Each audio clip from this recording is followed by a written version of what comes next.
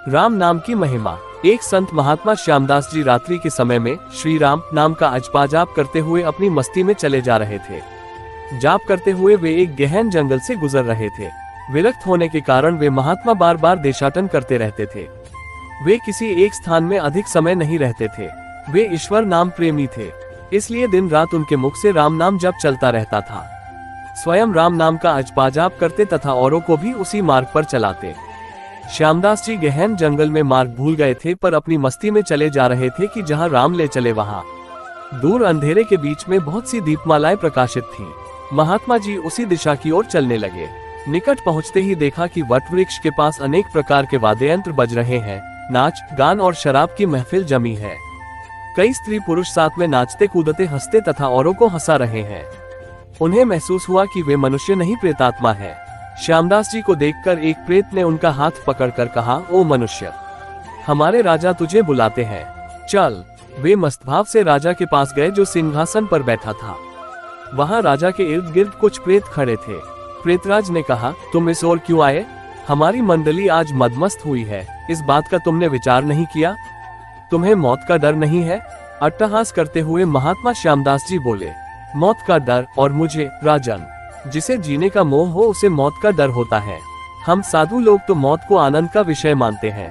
ये तो देह परिवर्तन है जो प्रारब्ध कर्म के बिना किसी से हो नहीं सकता। प्रेतराज बोले, तुम जानते हो हम कौन हैं? महात्मा जी बोले, मैं अनुमान करता हूँ कि आप प्रेतात्मा हो। प्रेतराज ने महात्मा से कहा, तुम जानते हो लोक समाज हमारे नाम से कांपता है। महात्मा जी बोले, मुझे मनुष्य में गिनने की गलती मत करना। हम जिंदा दिखते हुए भी जीने की इच्छा से रहित मृत्युल्य है।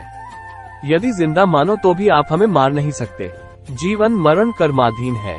मैं एक प्रश्न पूछ सकता हूँ? महात्मा की निर्भयता देखकर प्रेतों के राजा को आश्चर्य हुआ कि प्रेत का नाम सुनते ही मर जाने वाले मनुष्यों में एक इतनी निर्भयता से बात कर रहा है। प्रेतराज बोला, पूछो क्या प्रश्न है? महात्मा जी ने कहा, आज यहाँ आनंदोत्सव क्यों मनाया जा रहा है? प्रेतराज बोले, मेरी इकलौती कन्या योग्य पति न मिलने के कारण अब तक कुंवारी है, लेकिन अब योग्य जमाई मिलने की संभावना है। कल उसकी शादी है, इसलिए यह उत्सव मनाया जा रहा है। महात्मा हंसते हुए, तुम्हारा जमाई कहाँ है? मैं उसे देखना चाहता हूँ। प्रेतराज बोले, जीने की इच्छा के मोह के त्याग करने वाले महात्मा, अभी तो वो हमारे पद प्रेत्योनि को प्राप्त नहीं हुआ है। वो इस जंगल के किनारे एक गांव के श्रीमंत धनवान का पुत्र है। महादुराचारी होने के कारण वो इस वक्त भयानक रोग से पीड़ित है। कल संध्या के पहले उसकी मौत होगी, फिर उसकी शादी मेरी कन्या से होगी। इसलिए रात भर गीत नृत्य और मद्यपान करके हम आनंदोत्सव मनाएंगे। श्यामदास जी वहां से विदा होकर श्रीराम नाम का अजपा जाप करते हुए जंगल के किनारे के गांव में पहुंचे। उस समय सुबह हो चुकी थी। एक ग्रामीण से महात्मा ने पूछा, इस गांव में कोई श्रीमंत धनवान का बेटा बीमार है? ग्रामीण ने कहा, हाँ महाराज, नवलशाह सेठ का बेटा सांकलचंद 1 वर्ष से रोगग्रस्त है। बहुत उपचार किए पर उसका रोग ठीक नहीं होता। महात्मा नवलशाह सेठ के घर पहुंचे। सांकलचंद की हालत गंभीर थी।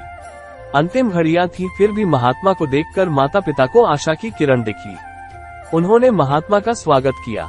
सेठ पुत्र के पलंग के निकट आकर महात्मा राम नाम की माला जपने लगे। दोपहर होते होते लोगों का आना जाना बढ़ने लगा। महात्मा, क्यों सांकलचंद, अब तो ठीक हो? सांकलचंद ने आंखें खोलते ही अपने सामने एक प्रतापी संत को देखा तो रो पड़ा। बोला, बाप जी, आप मेरा अंत सुधारने के लिए पधारे हो। मैंने बहुत पाप किए हैं, भगवान के दरबार में क्या मुंह दिखाऊंगा? फिर भी आप जैसे संत के दर्शन हुए हैं, यह मेरे लिए शुभ संकेत है। इतना बोलते ही उसकी सांस फूलने लगी, वह खांसने लगा। बेटा, निराश न हो, भगवान राम पतित पावन है। तेरी यह अंतिम घड़ी है, अब काल से डरने का कोई कारण नहीं। खूब शांति से चित्तवृत्ति के तमाम वेग को रोककर श्रीराम नाम के जप में मन को लगा दे। अजपा जाप में लग जा। शास्त्र कहते हैं 100 करोड़ शब्दों में भगवान राम के गुण गाए गए हैं। उसका एक एक अक्षर ब्रह्म हत्या आदि महापापों का नाश करने में समर्थ है। दिन ढलते ही सांकलचंद की बीमारी बढ़ने लगी। वैद्य हकीम बुलाए गए, हीरा भस्म आदि कीमती औषधियां दी गयी, किंतु अंतिम समय आ गया ये जानकर महात्मा जी ने थोड़ा नीचे झुककर उसके कान में राम नाम लेने की याद दिलाई। राम बोलते ही उसके प्राण पखेरु उड़ गए। लोगों ने रोना शुरू कर दिया। शमशान यात्रा की तैयारियां होने लगी। मौका पाकर महात्मा जी वहां से चल दिए। नदी तट पर आकर स्नान करके नामस्मरण करते हुए वहां से रवाना हुए। शाम ढल चुकी थी। फिर वे मध्यरात्रि के समय जंगल में उसी वटवृक्ष के पास पहुँचे। प्रेत समाज उपस्थित था। प्रेतराज सिंहासन पर हताश होकर बैठे थे। आज गीत, नृत्य, हास्य कुछ न था। चारों ओर करुण आक्रंद हो रहा था। सब प्रेत रो रहे थे। महात्मा ने पूछा, प्रेतराज, कल तो यहाँ आनंदोत्सव था, आज शोक समुद्र लहरा रहा है, क्या कुछ अहित हुआ है? प्रेतराज बोले, हाँ भाई, इसीलिए रो रहे हैं। हमारा सत्यानाश हो गया। मेरी बेटी की आज शादी होने वाली थी, अब वो कुंवारी रह जाएगी। महात्मा बोले, प्रेतराज, तुम्हारा जमाई तो आज मर गया है, फिर तुम्हारी बेटी कुंवारी क्यों रही? प्रेतराज ने चिढ़कर कहा, तेरे पाप से। मैं ही मूर्ख हूँ कि मैंने कल तुझे सब बता दिया। तूने हमारा सत्यानाश कर दिया। महात्मा ने नम्र भाव से कहा, मैंने आपका अहित किया, यह मुझे समझ में नहीं आता।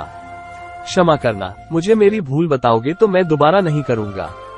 प्रेतराज ने जलते हृदय से कहा, यहाँ से जाकर तूने मरने वाले को नाम स्मरण का मार्ग बताया और अंत समय भी राम नाम कहलवाया। इससे उसका उद्धार हो गया और मेरी बेटी कुंवारी रह गई। महात्मा जी, क्या सिर्फ एक बार नाम जप लेने से वो प्रेतयोनि से छूट गया? आप सच कहते हो? प्रेतराज, हाँ भाई, जो मनुष्य राम नाम जप करता है वो राम नाम जप के प्रताप से कभी हमारी योनि को प्राप्त नहीं होता। भगवान नाम जप में नरकोधारिणी शक्ति है। प्रेत के द्वारा राम नाम का ये प्रताप सुनकर महात्मा जी प्रेमाश्रु बहाते हुए भाव समाधि में लीन हो गए। उनकी आंखें खुली तब वहाँ प्रेत समाज नहीं था। बाल सूर्य की सुनहरी किरणें वटवृक्ष को शोभायमान कर रही थी।